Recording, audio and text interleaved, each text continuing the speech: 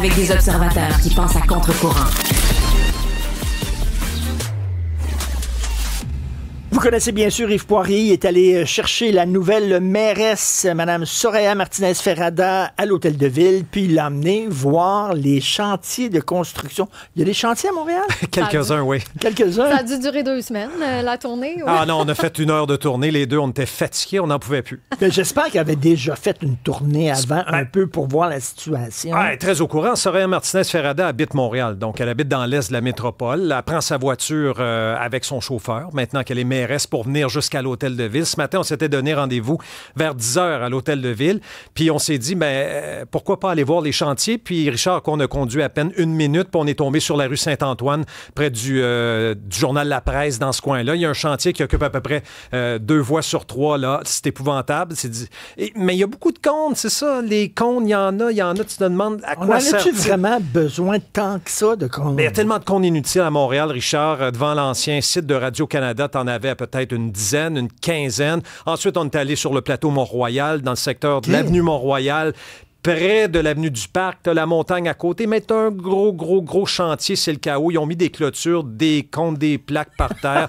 T'as un ouvrier, tu vois. Tu sais, aujourd'hui, c'est particulier. C'est une journée de congé parce que demain, c'est le 11 novembre. Les gens ont eu peur de la neige, donc sont pas venus avec leur véhicule. Aujourd'hui, on avait l'impression de circuler à Montréal comme en pleine pandémie, tu sais. C'était facile. Les accès étaient faciles, mais habituellement, avec la grève de la STM, c'est très compliqué de se promener à Montréal. Et non seulement il y a beaucoup de chantiers, mais souvent, on regarde des chantiers puis on ne voit pas de travailleurs sur les chantiers. Je les appelle les chantiers fantômes, ceux-là. Oui. Puis tu as des cimetières de cônes aussi. Ça, on en a retrouvé sur la rue Saint-Joseph à Montréal, près de TVA d'ailleurs. On est près de Frontenac. Alors, je voulais voir avec elle quels sont tes engagements, Soraya Martinez-Ferrada, en matière de chantier. Ce qu'elle m'a dit concrètement, Richard, là, c'est qu'elle va faire un inventaire de tous les chantiers non complétés d'ici 100 jours. Un audit? Un audit. Dans 100 jours, tu vas savoir combien de chantiers sont en cours à Montréal. Elle n'était pas censée faire un audit pour les cyclistes, les pistes cyclables, puis elle a laissé tomber parce que ça a l'air qu'il en existe un déjà. Un ou deux, me dit-on, à l'Hôtel de Ville. Okay. Bon, alors, tu vas avoir un inventaire des chantiers. Elle va aussi utiliser l'intelligence artificielle, semble-t-il, pour optimiser le déploiement. C'est bien à mode, là.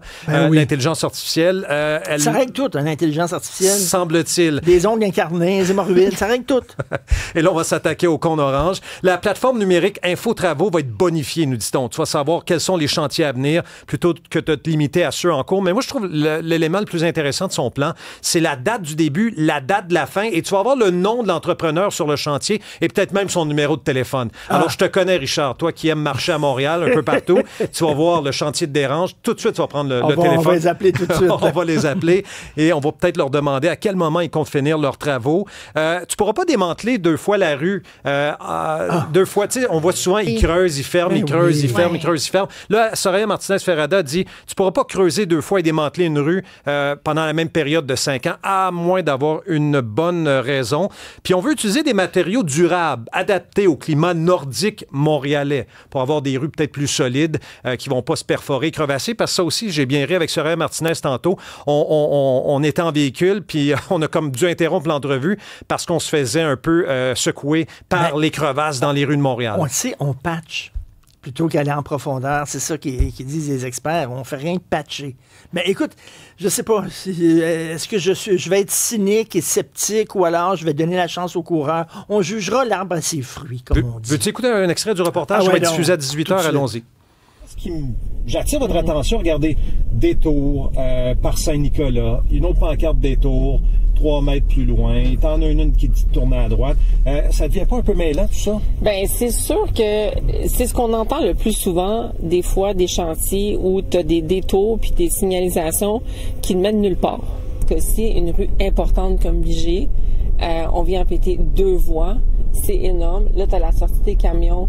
Fait que c'est sûr que regardez, là, les comptes, ça traîne par terre comme ça, là. C'est ça. Fait que rendu là, est-ce que t'es mieux de mettre autre chose qui va être un plus sécuritaire puis visuellement plus intéressant aussi? Mais moi, je m'intéresse surtout à... Madame Soraya, ce qu'elle sait pas, c'est que Yves Poirier, il a de la mémoire. il y a de la mémoire. Dans 1 an, on va aller voir ce qui se fait. Ah non, dans les prochains jours. Non, ben les gens nous appellent pour nous demander maintenant de démanteler des chantiers fantômes à Montréal. C'est arrivé, on l'a fait 2 fois au cours des dernières semaines. Et l'escouade mobilité arrive très rapidement, Richard, et effectivement, on retire des cônes inutiles. Mais as-tu vu les cônes? On dirait qu'ils ont maigri. On avait de gros cônes oranges, et là, ils sont rendus tout fins, tout maigres, mais ils sont encore là. Ils sont encore là, mais plus minces. Plus minces. Peut-être plus efficaces, on ne sait pas. Là. Merci beaucoup, Yves Merci, Poirier. Richard. À bientôt.